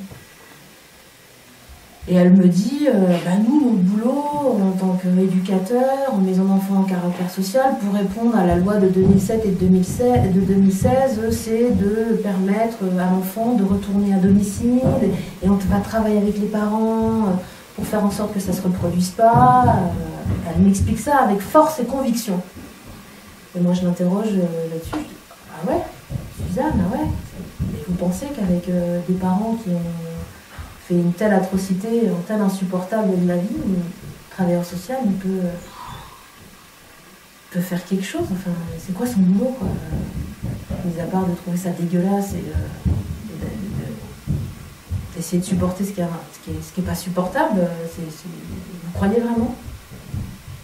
Et là, elle me répond, je prends une respiration, elle me répond et elle me dit oui, j'y crois. Oui, j'y crois. Je crois vraiment à ça. Je crois vraiment que les gens peuvent changer. Et je continue un peu à échanger là-dessus avec elle, et elle me répond de cette conviction-là. Je sens très très forte en elle, cette conviction-là. Et je comprends, dans sa réponse, qu'elle est certainement en train de me parler d'elle, et qu'elle est certainement en train de me parler de ses parents. Et au moment où je le comprends, ça correspond à quelque chose de très émotionnel là-dessus, pour elle. Et elle pleure, et elle se met à pleurer. Et là, moi, je ne peux pas la récupérer. Alors, j'essaie d'attendre un peu, et en fait, je ne la récupère pas, je ne vais pas la récupérer, et je ne vais certainement pas la récupérer avec mes fiches et mes validations du cadre juridique de la loi de 2002, 2007 et 2000, je ne sais pas combien. Voilà. Et je laisse ce moment s'installer et là je vais être encore moins dans les clous des référentiels.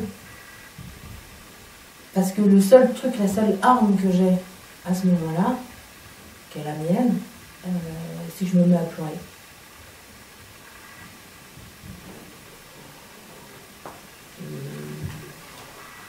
Je sais pas, comme c'est l'histoire de la distance, je sais pas si j'ai bien fait, si j'ai mal fait, enfin, en tous les cas je l'ai fait.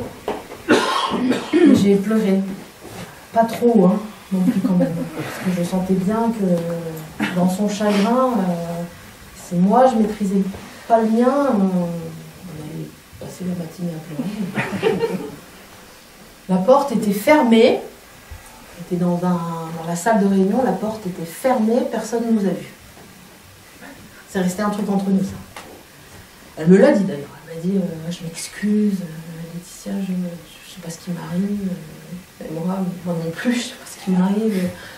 Je pleure avec vous, enfin je sais pas, je pleure avec toi parce que tu me fais pleurer, parce que tu as raison de dire ça, parce que tu as raison de donner cette conviction-là, et puis c'est ça qui fait sens dans le métier que tu vas exercer, mais bon sang que tu as raison. Et vas-y, on y va. Et puis, je t'ai validé ton cadre juridique. Et le cadre juridique, c'est bon, c'est fait. Garde ça. Parce que ça, tu vas le garder. Et ça, c'est des sacrées valeurs pour la travailleuse sociale que tu seras demain.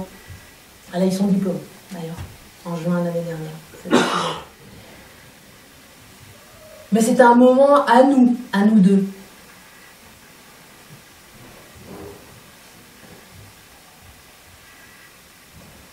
Il y a des moments aussi dans l'existence qui sont qu'à nous, qu'à une rencontre avec une personne, qu'à un moment, qu'à une relation avec une personne. Et moi, il y a un moment dans ma vie qui a été qu'à moi. C'est le moment où j'ai perdu ma mère.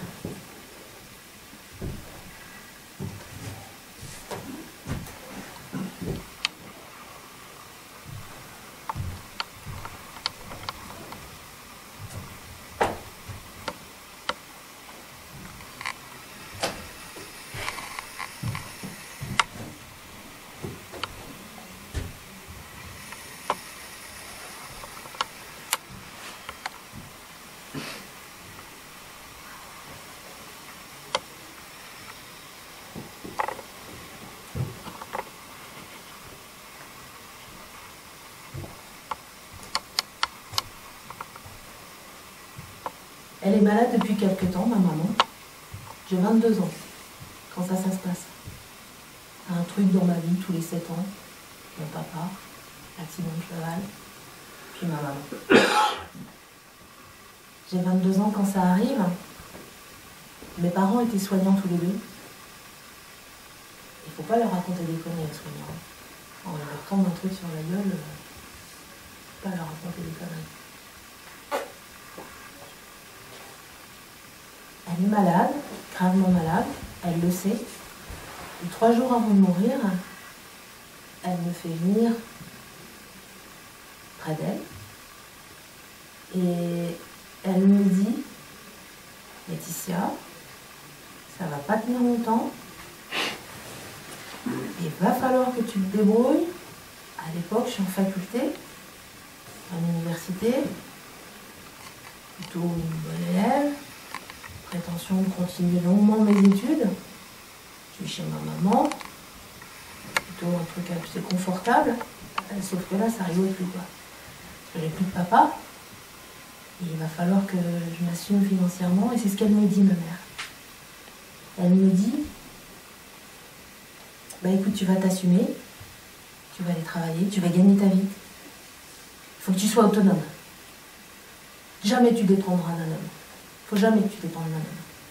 Tu vas gagner ta vie. Tu vas travailler. Tu vas faire autre chose, donc en tous les cas, tu vas être obligée d'être indépendante. Tu vas devenir une femme. J'avais pas ça, moi, comme projet à 22 ans. J'avais des projets de faire la fête le jeudi soir avec mes copains. Continuer mes études. Me débrouiller, bah non. Le projet, c'est de devenir femme indépendante, autonome. j'arrête mes études. J'arrête tout de suite mes études et je cherche du boulot. D'en trouver. Quelques temps après, je vais signer mon premier CDI. Et après ce discours-là, ce moment qui appartient qu'à nous aussi, il y a eu un deuxième moment. C'est le moment où... c'est le moment où son cœur s'est arrêté de battre. Les machines, les gens qui sont branchés, ça donne un rythme. Ma maman était branchée de partout, elle avait l'hôpital, il y a beaucoup de bruit, et à un moment donné, il n'y a plus rien. Ça dure une demi-seconde ce truc, quoi. C'est un entre-deux brutal. Ça s'arrête net. Et là, il y a le silence qui te paraît complètement démesuré par rapport à ce que tu avais imaginé. Ça faisait 2 ans que j'étais habituée, ces machines, tout ça, et là, ça s'est arrêté net. J'entendais vaguement dans le couloir, on entend toujours, elle est décédée au petit matin. J'entendais vaguement tout ça, mais et ce moment-là, où ça s'arrête, où moi je suis dans le silence, je me suis dit, ce moment-là, putain, mais alors là, celui-là, personne ne va me voler. Celui-là, il m'appartient. Et il appartient dans mon histoire avec elle. Et là, j'autorise personne à rentrer dans la chambre. Personne. Alors, je me suis déplacée. J'ai fermé la porte, à clé.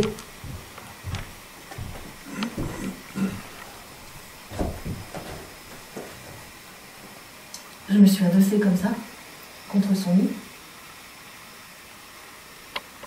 J'ai chanté. Je lui ai pris la main. C'est drôle dans ces cas-là, dans le silence, de toucher la main de quelqu'un qui vient de mourir. Ça a duré 3 quarts d'heure. Et à un moment donné, quand j'ai décidé, peut-être elle, je sais pas, en tous les cas, j'ai eu un libre arbitre à ce moment-là, et quand j'ai décidé,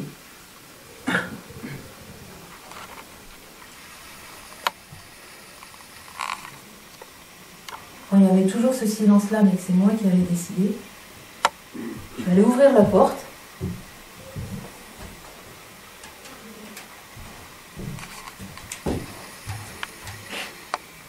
Et je suis sortie. J'ai croisé un personnel infirmier et j'ai dit, maintenant, vous pouvez y aller.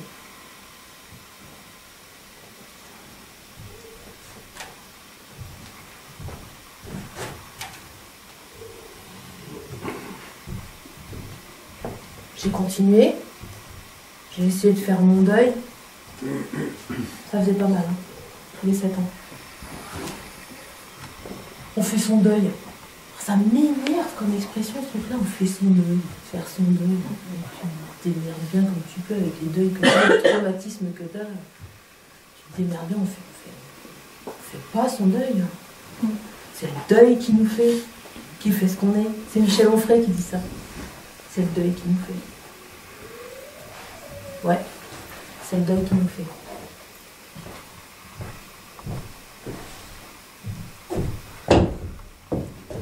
Tu vas devenir femme. Ma mère m'avait dit ça. Devenir femme. Cet été, il m'est arrivé un truc de dingue. On était en vacances avec mon compagnon et mes enfants. Parce que c'est vrai, quand est-ce qu'on devient femme? Là, moi, ma mère me l'a dit, elle me l'a décrété, hein, c'était une injonction, hein, tu vas devenir femme. Ok, elle n'a pas choisi, mais si tu veux, je vais devenir femme. J'en sais rien en fait, moi, quand on devient femme, d'ailleurs, est-ce que je suis une femme de... Je sais pas. Enfin, je sais pas si... Ouais, je sais pas. Et en fait, cet été, il m'est arrivé un truc. Donc on est en famille, on est en Suisse, enfin peu importe où on est, c'est pas ça qui est important. on est en famille et on se balade avec mes 2 enfants. Mon compagnon est derrière moi avec mes enfants derrière et je traverse un passage piéton, comme ça, tranquille, je suis en vacances, hein, tranquille, je marche comme ça, voilà. Et mon compagnon, Eric, arrive derrière moi, et mon fils, il va pas avoir 15 ans cette année, voilà, mon compagnon, Eric, me dit ah, dis donc, t'as vu comment les mecs, ils t'ont laissé traverser, enfin, ils t'ont laissé passer là sur le passage piéton, quoi. T'as vu comment ils te mataient, quoi. N'importe quoi. N'importe quoi, mais ça va pas, quoi. Une gonzesse comme moi qu'on va regarder dans la rue. N'importe quoi. Eric me dit, si, mais t'as pas vu ou quoi, comment ils t'ont maté, les mecs et tout. Et là, moi, je dis, mais ça va ou quoi, enfin, tu dis pas ça devant mon fils, devant notre fils qui est juste à côté, quoi. Et là, mon fils se rapproche et il me dit non mais maman, ça va pas ou quoi? T'es pas que ma mère, hein. T'es aussi une femme, hein. Qui peut plaire dans la rue, comme ça, je le sais bien. Enfin, quand tu dis à papa de ne pas me parler comme ça, enfin, je sais bien, tu peux plaire et tu peux te faire siffler. Moi, j'ai bien vu les mecs, t'avais regardé aussi. Hein. J'ai dit ok. En fait, on devient femme parce que quelqu'un l'a décrété, on devient femme aussi dans ce genre de circonstances. Et puis en fait, on est plein de choses en même temps, plein de places, plein de. Je prends conscience d'un coup, et lui ça lui paraissait évident. Je dis plus simplement ça maintenant, que j'étais aussi une femme, et tant mieux. Il m'en reparle de temps en temps d'ailleurs, pour la construction de sa relation avec les filles, comme ça. Il m'en parle de temps en temps. Sur la question du silence, il y a quelqu'un qui a beaucoup parlé de ça, qui est un anthropologue, sociologue, qui s'appelle David Le Breton, qui a écrit un bouquin qui s'appelle Du silence, et qui parle de ça, du silence, de laisser s'installer le silence, et comment le silence, il dit plus de choses, parfois, des fois c'est une grande gueule qui parle des fois pour ne rien dire. Et je pense aussi à François Julien, qui est un philosophe, qui avait beaucoup écrit sur la question de la rencontre. J'étais allée voir l'année dernière en colloque et qui avait dit sur l'expérience du silence, est-ce que vous vous êtes déjà posé la question de avec qui faire silence ne vous dérange pas?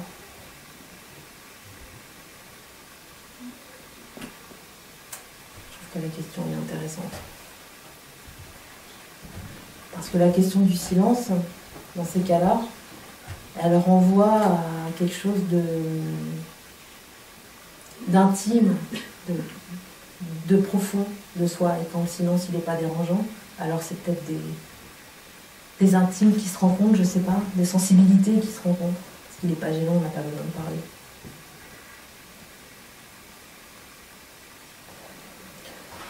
Cela étant dit,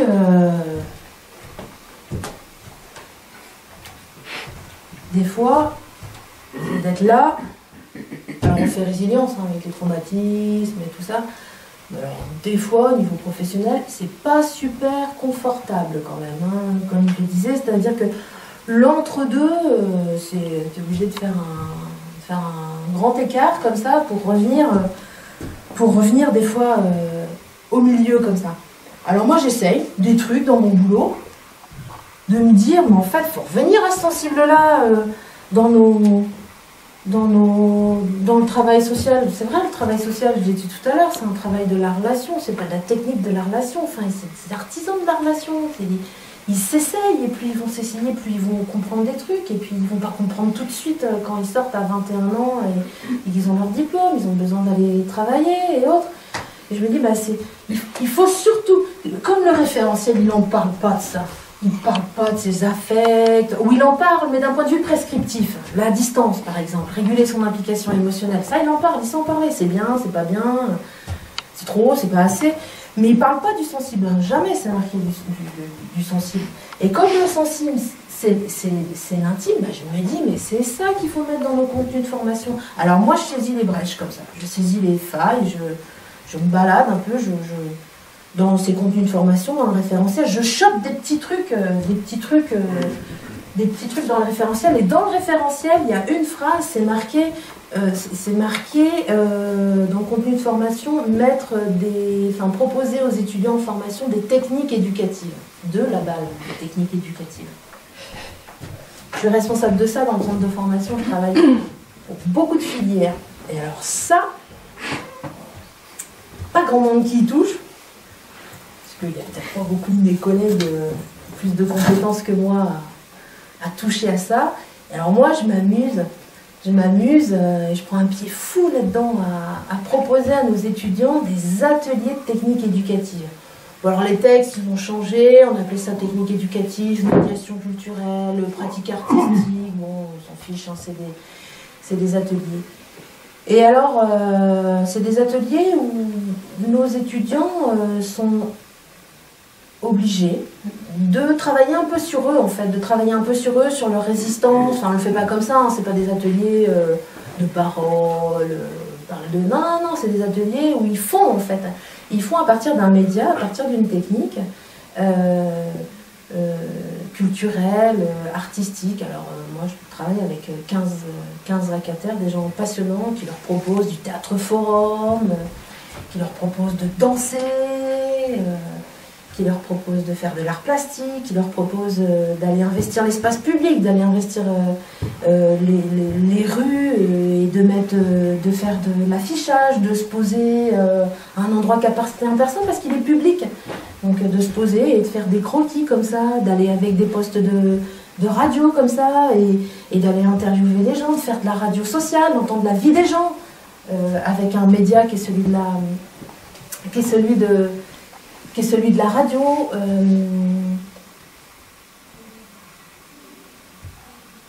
Plein de choses en fait qui permettent pour nos étudiants d'avoir un autre rapport à eux peut-être, et un autre rapport au monde, c'est-à-dire détourner les choses, jouer un personnage quand on fait du théâtre, par exemple, ou de la danse, ou du conte, enfin, je leur propose plein de trucs. Et ce truc-là, parce qu'en fait, depuis 2 ans, il y a une nouvelle réforme avec des nouveaux référentiels qui sont tombés. Pas encore sur les moniteurs éducateurs, pas encore. Mais sur les diplômes, des éducateurs spécialisés, des assistants sociaux, d'autres diplômes, en fait, il y a une réforme de nouveau qui est tombée. Alors là, c'est un autre truc pour nous simplifier encore l'existence à nous en tant que formateurs. C'est-à-dire qu'ils ont monté d'un cran, c'est-à-dire que les diplômes maintenant, ils sont reconnus Bac+3, on est obligé de bosser avec l'université, d'avoir des contenus de formation, youpi, ça rigole pas. Et alors du coup, dans les réformes, certains centres de formation, celui dans lequel je travaille, je n'ai pas été associée à cette réflexion-là, dans le cadre de cette réforme, ils ont supprimé des contenus de formation. Et qu'est-ce qu'ils ont supprimé d'après vous comme contenu de formation? Techniques éducatives. Les techniques éducatives. Ah ouais. Et vous savez par quoi ils les ont remplacés, les techniques éducatives, les ateliers de médiation artistique dans lesquels on fait plein de poésie, dans lesquels on voit comment on peut être et comment on peut danser, comment on peut écrire en écrivant n'importe quoi et pas en écrivant des rapports avec une introduction, une partie 1, une partie 2, une partie 3. Non, tu fais des ateliers d'écriture et tu parles de la vie et de la poésie du monde. Ils les ont remplacés par des stages. Non, même pas. Bah non, même pas des stages. Des stages, ça aurait été pas mal. De la musculation. Non. Du mind mapping. Mind mapping. De l'anglais. De l'anglais. Ouais, alors de l'anglais. De Bah oui, Céline, elle est étudiante en 3e année, éducatrice spécialisée. De l'anglais. Mais aussi de la méthodologie de recherche en sciences sociales pour élaborer une mémoire. Et des cours informatiques. Bah oui. Mais comme si le métier de travailleur social c'était du PowerPoint et de l'Excel. Comme si la relation c'était du PowerPoint, de l'Excel et tout ça. En plus, une génération de jeunes gens qui arrivent dans nos instituts de formation, enfin je veux dire, on est à la ramasse, quoi, grave sur tous les outils informatiques. Ils ont des longueurs d'avance sur nous, ils ont plein de compétences là-dessus, mais non, on leur colle des sessions informatiques pour faire des camemberts, des cartes mentales heuristiques, mind mapping. C'est ça. Et bah, en fait, cette réforme-là, en fait, ils ne sont pas allés très très loin dans la réflexion. Alors certains centres de formation, ils ont carrément supprimé, hein, parce que ça, c'est hyper menaçant. Parce que dans ces ateliers-là, dans ces contenus-là, en fait, on fait des étudiants qui peuvent dire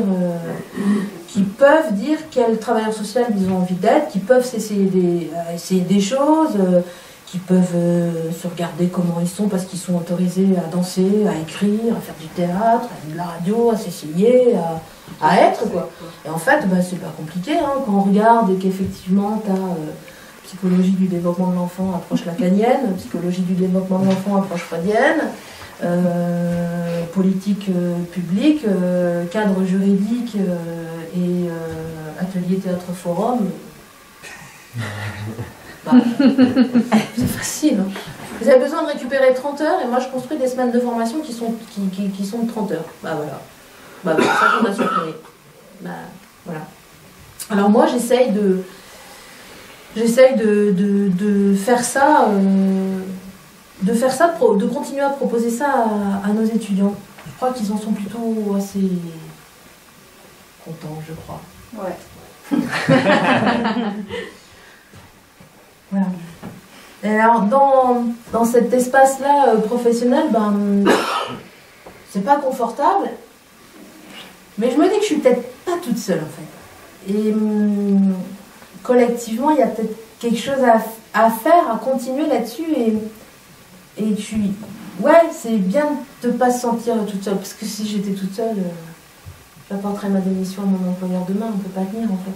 Ben non, c'est dans les entre-deux, dans les interstices qu'il faut aller pour pouvoir continuer à se lever le matin et à se dire ouais, on agit comme ça et ça c'est bien. Et il n'y a pas très longtemps, un ancien étudiant m'a envoyé ce texte-là et là je me suis dit ouais grave, je suis carrément pas toute seule, quoi. Il a écrit ça. Il a écrit le système en parlant des référentiels. Il a écrit: ce système nous fait rentrer dans des autoroutes, des voies toutes tracées, minéralisées, sécurisées, où surtout il ne faut pas qu'il s'y passe autre chose que ce qui est prévu. L'entre-deux, le sensible, c'est le pas de côté, le chemin des oiseaux, la rébine à 3 grammes. Le voyage de la pensée organisée, rationalisée est celui du capitalisme. Il faut gagner du temps, penser tous pareil, et surtout ne pas permettre qu'on puisse penser autrement, car penser autrement, c'est une perte de temps, une perte d'efficacité, la porte ouverte à la subversion, la dissidence, la libre pensée, la liberté, l'oisiveté. Bref, un grain de sable de l'entre-deux dans le système de la productivité. Du coup, il n'y a plus de place au merveilleux, à l'étonnement, à la surprise, à la joie, donc à l'espoir, et c'est tant mieux pour l'élite, parce que le désespoir est un outil puissant de contrôle et d'uniformisation. Chacun est à sa place, ou plutôt à la place qu'on lui a assignée. C'est le meilleur des mondes d'Aldous Huxley. La référentialisation tue la pensée. Chic, je suis pas toute seule. Ah, c'est bien. Alors la référentialisation, elle tue la pensée, et la référentialisation, bah, elle tue la petite bonne femme au-dessus. Parce que si on n'y fait pas gaffe, on la plante complètement en fait. Hein. On la voit pas en fait. Hein. Vous imaginez 50 indicateurs de compétences pour au final avoir un être humain. Enfin, on la voit pas en fait et il faut faire super gaffe. Luc Carton, il le dit, hein, qui est sociologue belge. Il dit les référentiels, ils sont pensés pour détruire la dimension humaine des métiers de la relation. Ben oui, évidemment. Et c'est hyper dangereux en fait. C'est hyper menaçant. Et plus c'est menaçant, plus il faut résister. Plus il faut aller dans les entre-deux là. Moi je dis. Si je suis pas toute seule, c'est mieux. Hein. Il y a plein de manières hein, de ne pas y aller toute seule. les syndicats, il y a des organisations plus officieuses, mais on peut tenir dans l'entre-deux, hein. On peut tenir, on fait des fois des grands écarts, mais c'est pas grave, hein. C'est pas grave.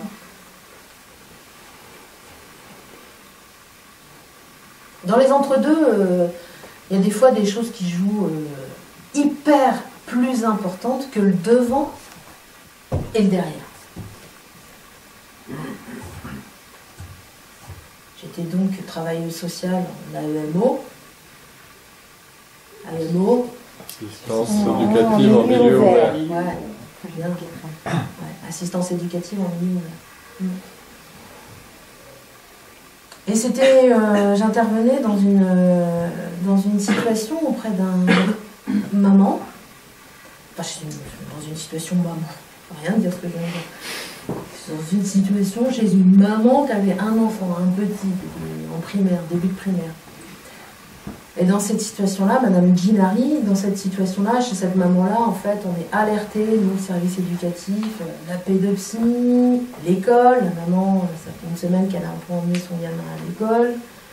La pédopsie, elle a raté le rendez-vous avec l'assistante sociale. Voilà, on a des signaux que là, l'éducatrice, l'éducateur, enfin le travailleur social, il faut qu'il intervienne à domicile pour on peut recadrer le truc en disant, bon là, le magistrat, il va pas aimer, quoi. Le magistrat, il attend que vous ayez des objectifs pour votre enfant, et du coup, si vous ne remplissez pas les objectifs, à un moment donné, on va placer votre enfant. C'est ça que ça veut dire, à l'ASE, l'aide sociale à l'enfance. S'il y a de la place. Dans les familles d'accueil. Il n'y a pas de place dans les familles d'accueil, les petits. Enfin, en tous les cas, le magistrat, il ne va pas rigoler. Hein. Le magistrat, il ne va pas rigoler. Et je suis chargée d'aller un peu recadrer madame. Recadrer madame. C'est un truc, les étudiants, ils disent ça des fois. J'ai recadré l'adolescent. Je ne sais pas ce que ça veut dire ce truc-là, j'ai recadré. Je sais pas. Enfin, bon, je suis censée aller recadrer un peu madame pour dire à madame, il faut que vous ayez la pédopsychiatrie, il faut que votre petit bonhomme il aille à l'école, et puis à l'école, il faudrait plutôt qu'il se comporte bien, il faudrait d'ailleurs qu'il prenne bien sa Ritaline, hein, parce qu'il souffrait de TDHA. J'avais dit pourtant que je me retiendrais. Non, TDHA, trouble déficitaire de l'attention à l'attention hyperactivité. Des travailleurs sociaux. Ou des gens qui font de la Ritaline, peut-être. Donc, faut que vous, voilà, madame, il faut vous mobiliser. Donc, je fais une heure et demie d'entretien avec madame. Je lui explique, madame, elle est pas conne. Hein. Elle a bien compris. Hein. Elle a plein d'emmerdes. Mais elle n'est pas conne, elle a bien compris. Tu lui enlèves, le magistrat décide d'un placement pour cet enfant-là, elle s'effondre. Alors elle s'effondre, la maman s'effondre, la femme s'effondre, tout s'effondre. Elle sait bien ça, je sais bien qu'elle sait bien. Et puis on a plutôt une chouette relation toutes les deux. Je sais pas pourquoi, je bois pas de café chez elle. Non. Whisky coca? Non plus. Non plus. J'ai jamais bu de whisky coca. Non, mais je sais pas, c'est un truc comme ça, c'est du feeling, comme ça se passe bien, ok, tu te poses pas la question, c'est magique, le truc ça se passe bien, ok, tu joues pas trop ta place, là pour le coup, tu sais pourquoi t'es là, ok. Là, l'entretien, ça rigole pas trop quand même, voilà. Et puis, elle a tout compris, oui, madame de Gouy. Le bonhomme ira à l'école, oui, ce soir, je vais lui donner la Ritaline, oui, la semaine prochaine, je vais l'emmener en pédopsychiatrie, oui, j'irai à l'école pour la réunion, la 25e réunion avec l'institutrice, oui, je ferai tout ce que vous me direz. Ok, bien. Okay. À un moment donné, c'est comme dans ma famille rouge, vous donnez la visite se termine. Il faut que je rentre chez moi. Il faut que je lui laisse la paix. Il faut que je la paix chez elle. Et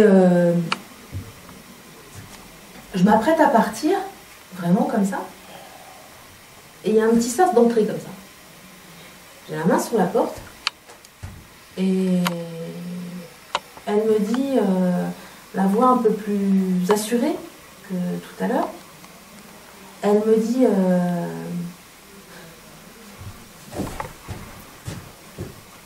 Madame de Guis, je peux vous poser une question?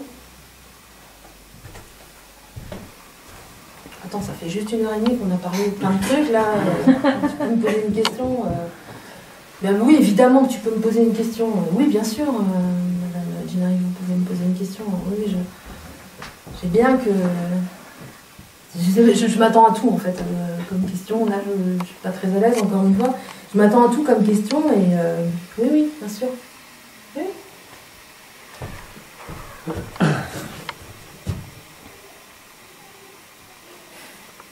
C'est quoi votre look, Madame de Guis?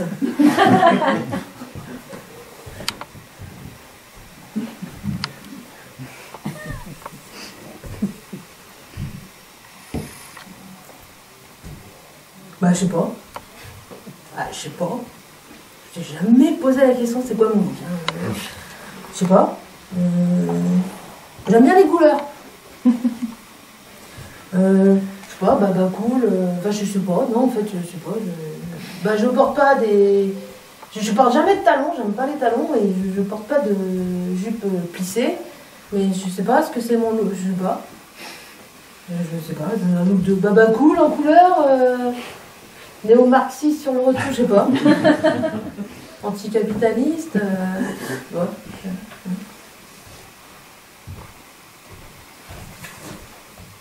Ok. Elle domine, hein. Et non, elle domine bien, là. Enfin, elle est dans le pouvoir, là, parce que moi, je suis sur le seuil de la porte, là, dans l'entre-deux. J'ai envie, c'est de rentrer chez moi, quand même. J'ai des enfants, j'ai un compagnon aussi. Et très vite, je me dis, là, il faut que ça soit réciproque dans l'histoire. Il faut que là, à ce moment-là, je me casse pas comme ça, je sors pas de chez elle, bon, bah, salut, je t'ai laissé avec le groupe capitaliste, libéral, anti-libéral. Non, c'est pas possible, ça. Donc je lui dis, et vous, Madame Gennari, c'est quoi votre look? Et... Moi? Ben moi j'ai un look de pétasse. Ok, j'ai un look de pétasse, moi, ça me plaît ce truc-là. Ça me donne plein d'inspiration pour plein de choses. Et là je dis, ouais, super, look de pétasse. Et là elle va me sortir... plein de trucs qu'elle venait d'acheter, des talons avec des trucs léopards, des leggings, des trucs... elle me dit, bah ouais, moi j'ai un look de pétasse, mais j'assume d'avoir un look de pétasse. Hein, j'en étais loin de la convocation en pédopsychiatrie, de l'école, du monde, du placement du juge des enfants. Enfin, il y avait juste un truc entre elle et moi sur le seuil de la porte, dans l'entre-deux. Il y avait de femme à femme, certainement. Du coup, on se casse de notre look, et puis c'est pas grave, et c'est pas important, mais si, c'est vachement important pour elle qu'elle me dise qu'elle était en look de pétasse, et qu'elle assumait ce look de pétasse. Bah ouais, moi j'assumais moins mon look, de couleur perroquet. En fait, je suis sur le seuil de sa porte, vraiment sur le seuil de sa porte, hein. Et je me dis, bah, un jour je parlerai d'elle. Et je parlerai de toutes les familles que j'ai rencontrées.